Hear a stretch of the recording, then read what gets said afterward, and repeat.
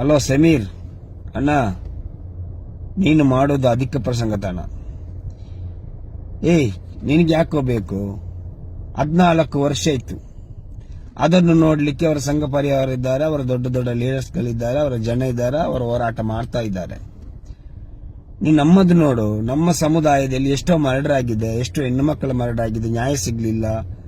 ಎಷ್ಟೋ ಗಂಡು ಮಕ್ಕಳ ಮರ್ಡರ್ ಆಗಿದೆ, ನ್ಯಾಯ ಸಿಗ್ಲಿಲ್ಲ. ಹೋರಾಡ್ತಾ ಇದ್ದಾರೆ ಪಾಪ, ಅವರಿಗೆ ಇದುವರೆಗೂ ನ್ಯಾಯ ಸಿಗ್ಲಿಲ್ಲ. ಅದನ್ನೊಂದು ವಿಡಿಯೋ ಮಾಡಿ ಹಾಕು.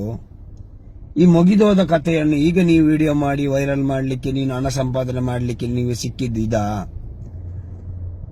ನಿನಗೆ ಯಾಕೋ ಬೇಕು ಅವರ ಧಾರ್ಮಿಕ ಕ್ಷೇತ್ರ ವಿಷಯ?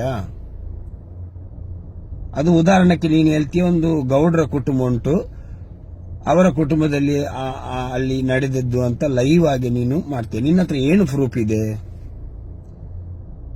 ಯಾಕೋ ನೀವು ಪ್ರಾಬ್ಲಮ್ ಮಾಡ್ತೀವಿ? ನಮ್ಮದಲ್ಲಿ ಎಷ್ಟು ಉಂಟು? ವಕ್ಫಿದ್ ವಿಷಯ ಬಂದಿದೆ,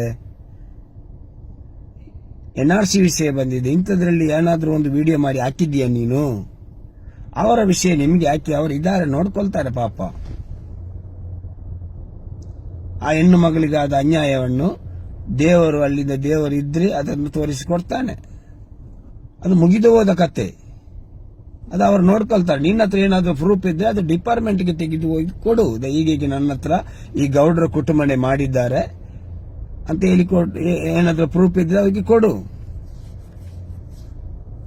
ಅದು ಬಿಟ್ಟು ನೀನು ಯಾರೋ ಧಾರ್ಮಿಕ ಕ್ಷೇತ್ರ ವಿಷಯದಲ್ಲಿ ವಿಡಿಯೋ ಮಾಡಿ ಲೈವ್ ಆಗಿ ಅವರ ಹೆಸರನ್ನು ಹೇಳ್ತೀಯಲ್ಲ ಮಾರಯ್ಯ. ನಿನ್ನ ಹತ್ರ ಏನು ಪ್ರೂಫ್ ಇದೆ? ಪ್ರೂಫ್ ಮಾಡಿಕೊಡು. ಯಾಕೆ ಪ್ರಾಬ್ಲಮ್ ಮಾಡ್ತೀಯ? ನಮ್ದು ಎಷ್ಟೋ ಮಸೀದಿಗಳ ವಿಷಯ ಉಂಟು, ಅದನ್ನು ಒಂದು ಮಾಡಿ ಹಾಕು. ಅದು ಬಿಟ್ಟು ಅವರ ಧಾರ್ಮಿಕ ಕ್ಷೇತ್ರ ವಿಷಯದ್ದು ಅವರೇ ಮಾಡಿದ್ದಾರೆ, ಅವರ ಕುಟುಂಬವೇ ಮಾಡಿದ್ದು ಅಂತ ನಿನ್ನ ಹತ್ರ ಏನು ಪ್ರೂಫ್ ಉಂಟು? ಯಾಕೆ ಎಲ್ಲರಿಗೆ ತೊಂದರೆ ತಂದಾಗ್ತೀಯಾ? ನಿನ್ನಿಂದಾಗಿ ಏನೇನು ಪ್ರಾಬ್ಲಮ್ ಆಗ್ಬಹುದು. ನೀನು ನಿಮ್ಮ ಯೂಟ್ಯೂಬ್ ಅಲ್ಲಿ ನಿನಗೆ ಹಣ ಬರಬೇಕು, ಆ ಉದ್ದೇಶದಿಂದ ನೀನು ವೈರಲ್ ಮಾಡಲಿಕ್ಕೆ ಮಾಡಿದ್ದೀಯಾ? ನಿನಗೆ ಅದು ಅಗತ್ಯ ಇಲ್ಲ. ಅದು ಮಾಡಲಿಕ್ಕೆ ತುಂಬಾ ಜನ ಇದ್ದಾರೆ, ಅವರು ಮಾಡ್ತಾರೆ, ಬಿಡು. ಅದು ಬಿಟ್ಟು ನಿನಗೆ ಯಾಕೆ ಮುಗಿದೋದ ಕತೆ? ಈಗ ನೀನು ಯಾಕೆ ಮಾಡಬೇಕಾಗಿತ್ತು? ಮಾಡಬೇಕಾದ್ರೆ ಮೊದಲೇ ಮಾಡಬೇಕಾಗಿತ್ತಲ್ವ ಮಾರಾಯ. ಈ ಸಂದರ್ಭದಲ್ಲಿ ನೀನು ಯಾಕೆ ಎಲ್ಲರಿಗೆ ತೊಂದರೆ ಕೊಡ್ತೀಯಾ? ತಪ್ಪಲ್ವ ನೀನು ಮಾಡೋದು?